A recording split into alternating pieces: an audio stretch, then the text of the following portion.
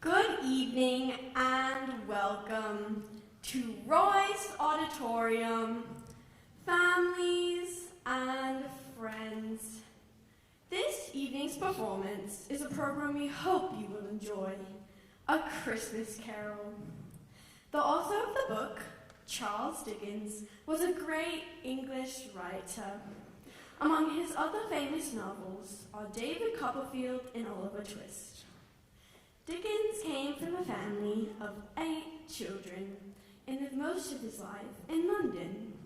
His childhood was dismal, and food was often scarce.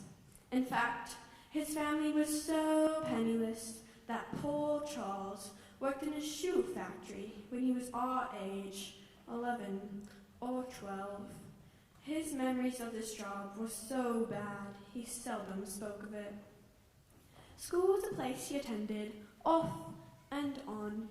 Actually, his mother didn't like it when he did attend school because that meant the family was not able to have the money he would have earned. Needless to say, he never finished school. Charles Dickens had such abundant energy that he often took long walks. He came to know the streets and alleys of London better than any person of his time. As a result, he based his stories off of what he saw around him, and often included his own family as his characters. In the 1840s, when he was desperate for money during the holidays, he wrote Christmas stories. One of these was A Christmas Carol. This evening's program offers you the musical adaptation to this traditional Christmas story. We are fortunate to have the original score written in 1951 by Mrs. Eloise Johnson. Mrs. Johnson was past president of the St. Cecilia Music Society. We would like to take a moment to honor Mrs. Johnson's memory for this wonderful work.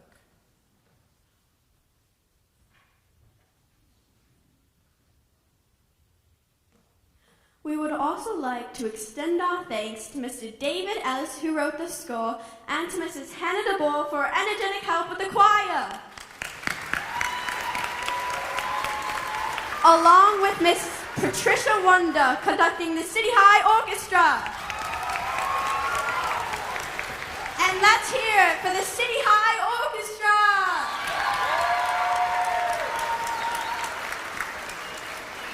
We are also grateful to the Music Society for the honor of performing on this stage. And now, dear audience, please enjoy Mrs. Johnson's and our gift to you, A Christmas Carol.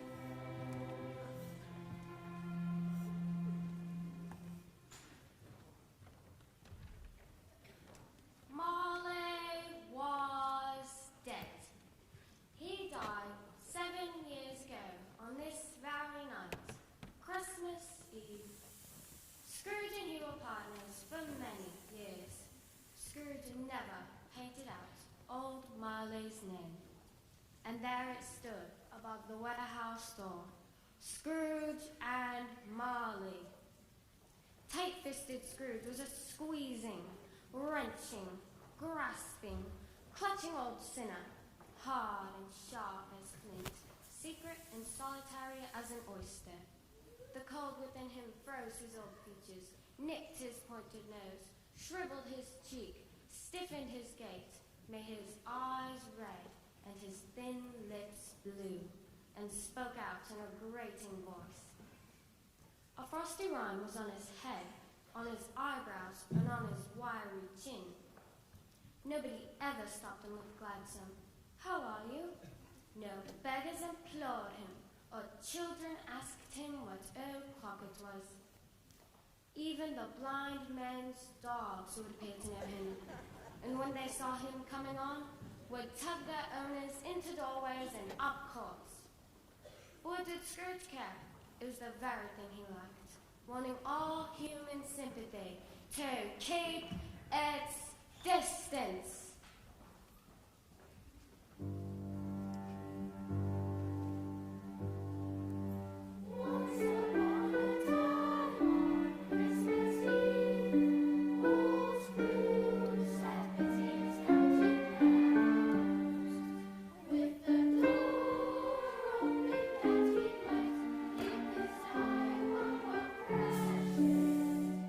It was cool, writing and the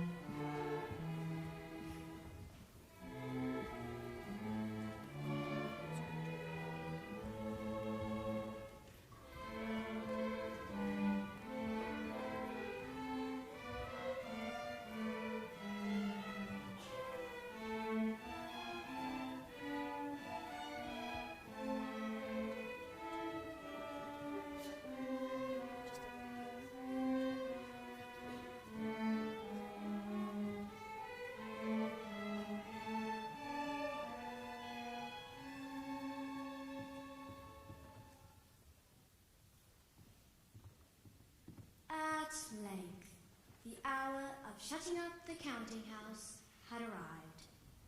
Scrooge took his melancholy dinner in his melancholy tavern.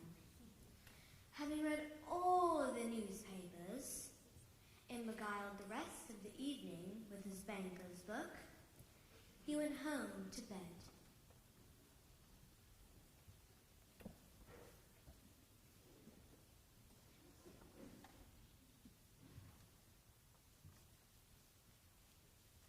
The yard was so dark that even Scrooge, who knew its every stone, was fain to grope with his hands. Now, it was a fact that there was nothing at all particular about the knocker on the door, except that it was very large.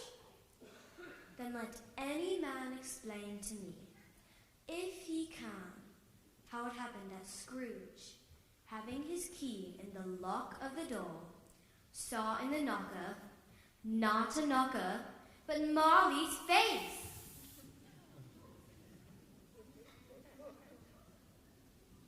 Marley's face. Scrooge was not a man to be frightened. He looked up again and saw that it was a knocker. So he put his hand on the key, turned it sturdily, walked in, and lighted his candle. He fastened the door, walked across the hall, and up the stairs, slowly too, trimming his candle as he went.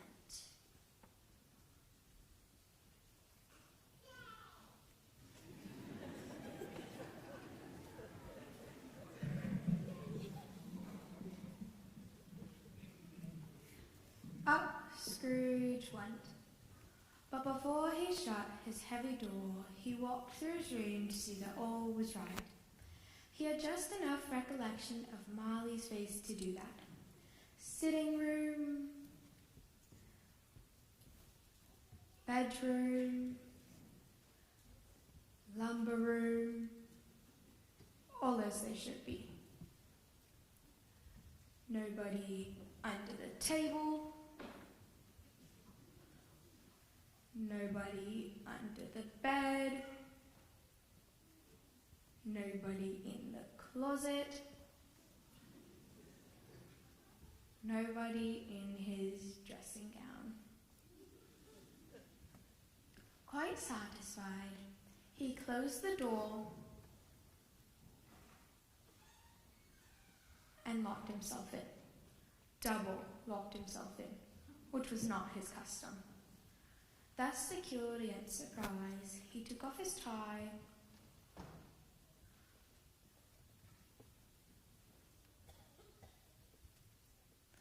put on his dressing gown,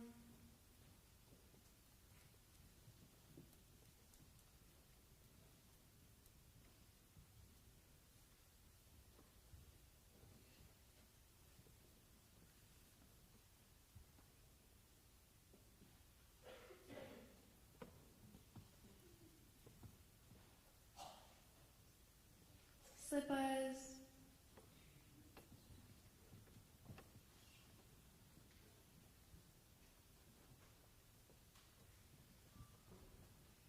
and his nightcap,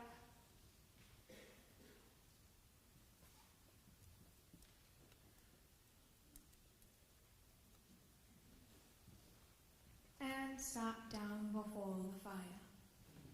It was a very low fire indeed. He was obliged to sit close to the fire to feel the least sensation of warmth from it. Yet that face of Marley, 7 years dead, came up and swallowed the fire. "Humbug," said Scrooge, and walked across the room. After several turns, he sat down again. His glance came to rest upon a bell, which as he looked began to swing. Soon it rang out loudly, so did every bell in the house.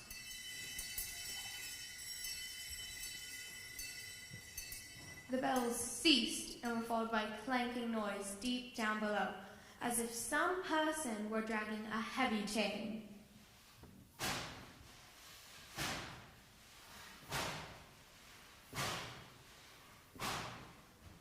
The cellar door flew open with a booming sound. He heard the noise much louder now on the floors below, coming up the stairs, coming straight towards his door. What came through the heavy door and passed in his room before his eyes? Marley's ghost!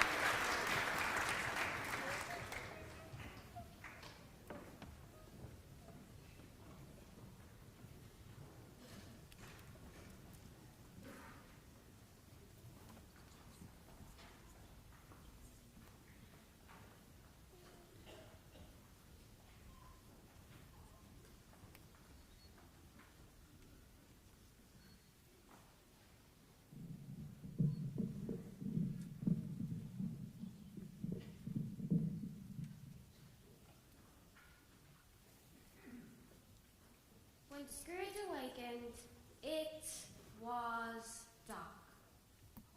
He remembered Marley's ghost had warned him that he would be visited by the first spirit when the bell tolled 1. At length, the hour began, and Scrooge counted the chimes.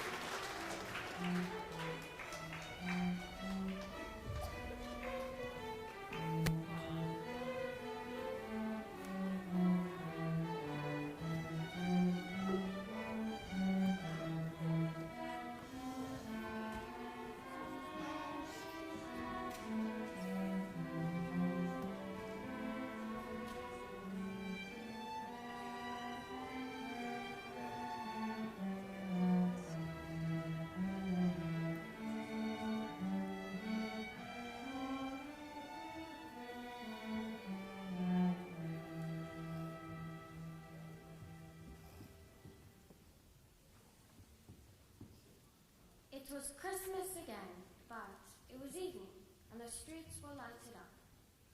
The ghost stopped at a certain warehouse door. It was the place where Scrooge had worked as a young man.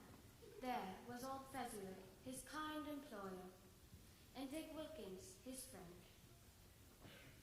The housemaid, the baker, the milkman, the boy from over the way, and the girl next door. Into the warehouse they all came because it was Christmas Eve, and old Fezziwig had decided to have a Christmas ball.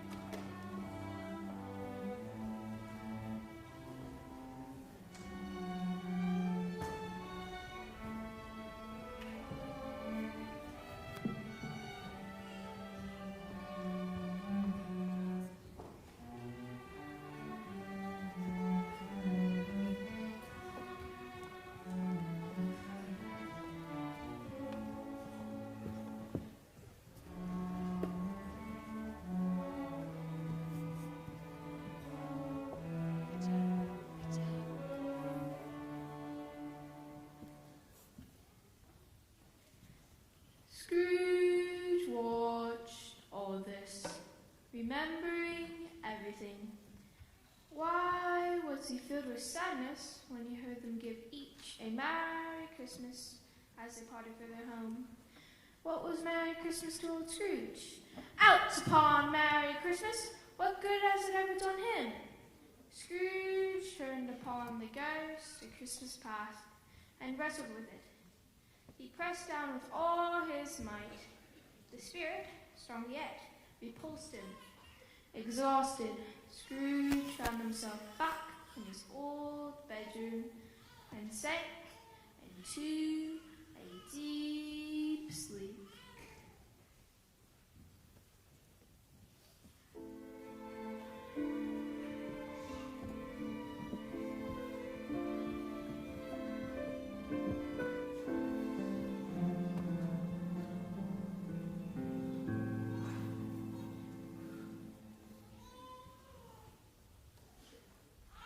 Awakening in the middle of a tough snore and sitting up in bed to get his thoughts together, Scrooge had no occasion to be told that the ball was again upon the stroke of 1.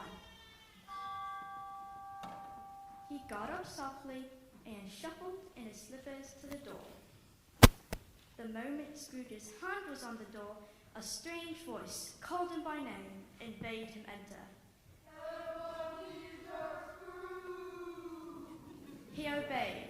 There stood a giant, glorious to see, who bore a glowing torch and held it up, high up, to shed light upon Scrooge as he came peeking round the door.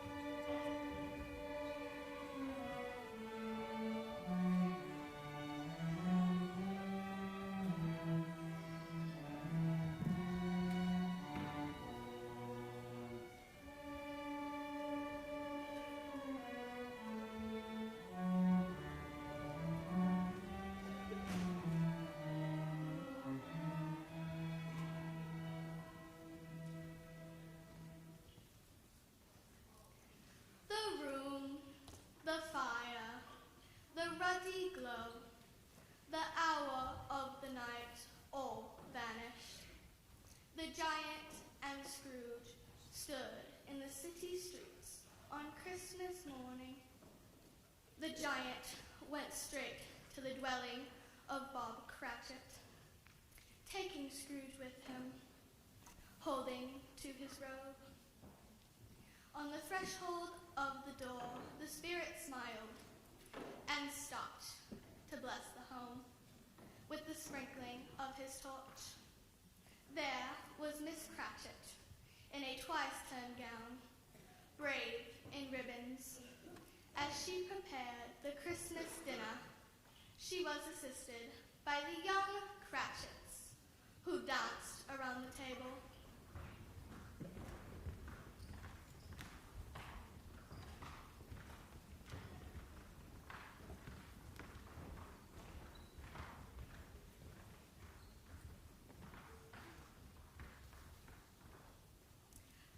Later, from church, came Bob Cratchit, with Tiny Tim upon his shoulder.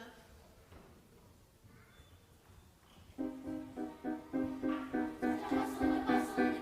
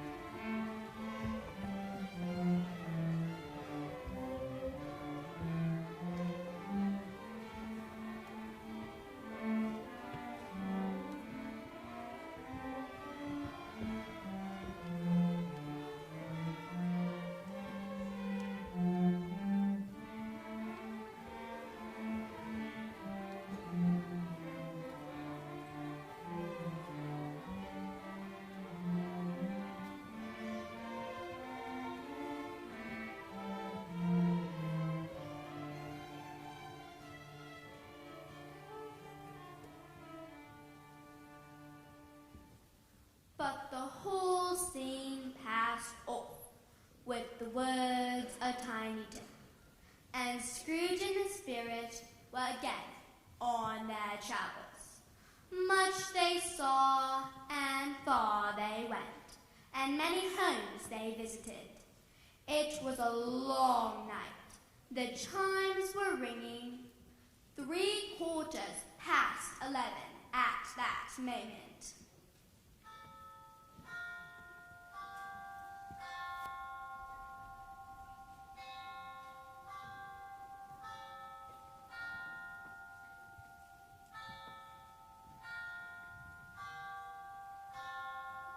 Scrooge looked about him for the spirit and saw it not.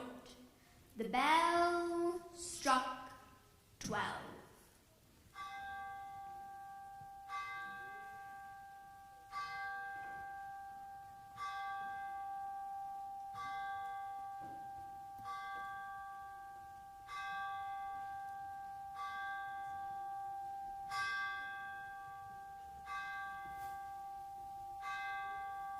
As the last stroke ceased to vibrate, Scrooge remembered the prediction of old Jacob Marley, and lifting up his eyes, beheld a solemn phantom, draped and hooded, coming like a mist along the ground towards him.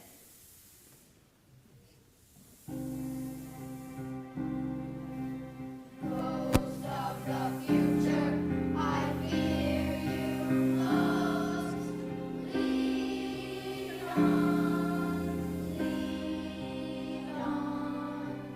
Will you not speak to me? Spirit, let us go.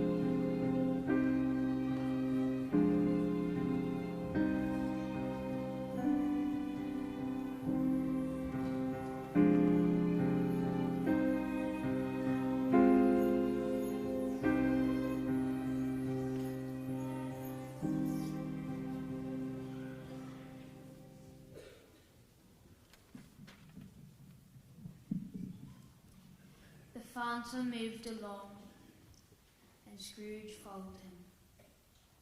They came to his counting house.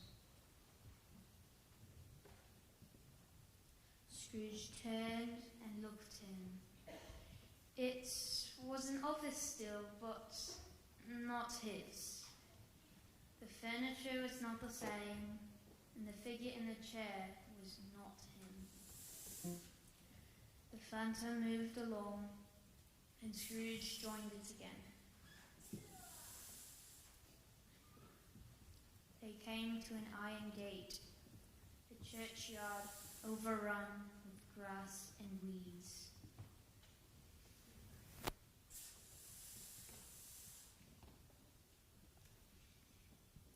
The phantom stood among the graves and pointed down to one.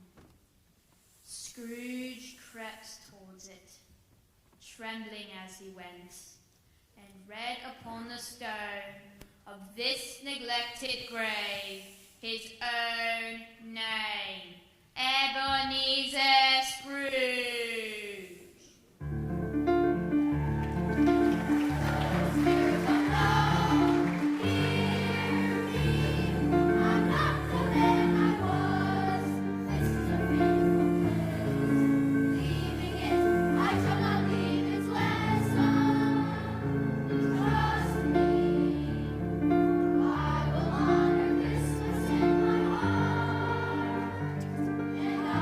Live in the past, the present, and future.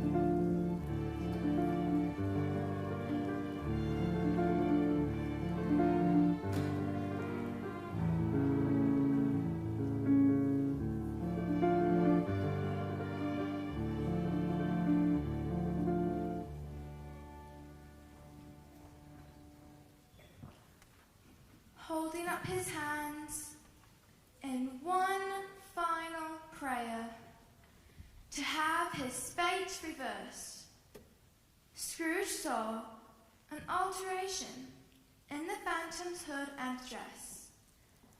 It shrank, collapsed, and dwindled down into the bedpost. And yes, the bedpost was his own. The bed was his own. The room was his own. Best and happiest of all, the time before him was his own, to make amends in. Scrooge had been sobbing violently in his conflict with the spirit, and his face was wet with tears. Hearing church bells ringing, he ran to the window, opened it up, and put out his head. No fog, no mist, clear, bright, stirring cold.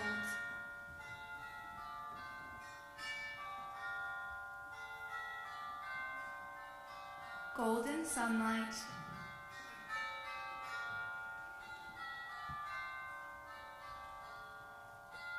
Heavenly skies.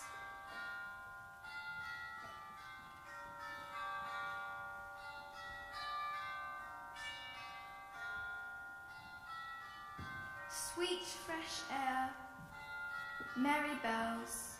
It was Christmas Day. Scrooge dressed himself in all his best.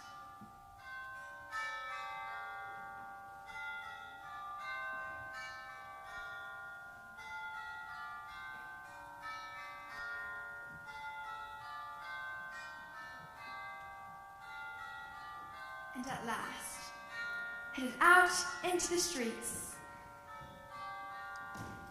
He went to church and walked about, watched people hurrying to and fro,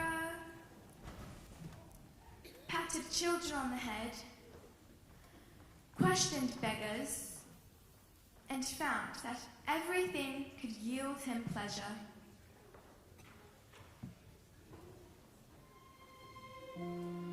Scrooge had never dreamed that any walk could give him so much happiness. He became as good a friend, as good a master, as good a man, as the old city knew. His heart laughed, and that was good enough for him. It was always said of him that he knew how to keep Christmas well. May that be said of one and all of us. And so, as Tiny Tim observed, God bless us, everyone! Christmas Day, it's Christmas Day, the bells are ringing merrily. Oh, Merry Christmas to us all, God bless us, everyone. The bells are ringing, the bells do sing, such a joyous day, blue holiday.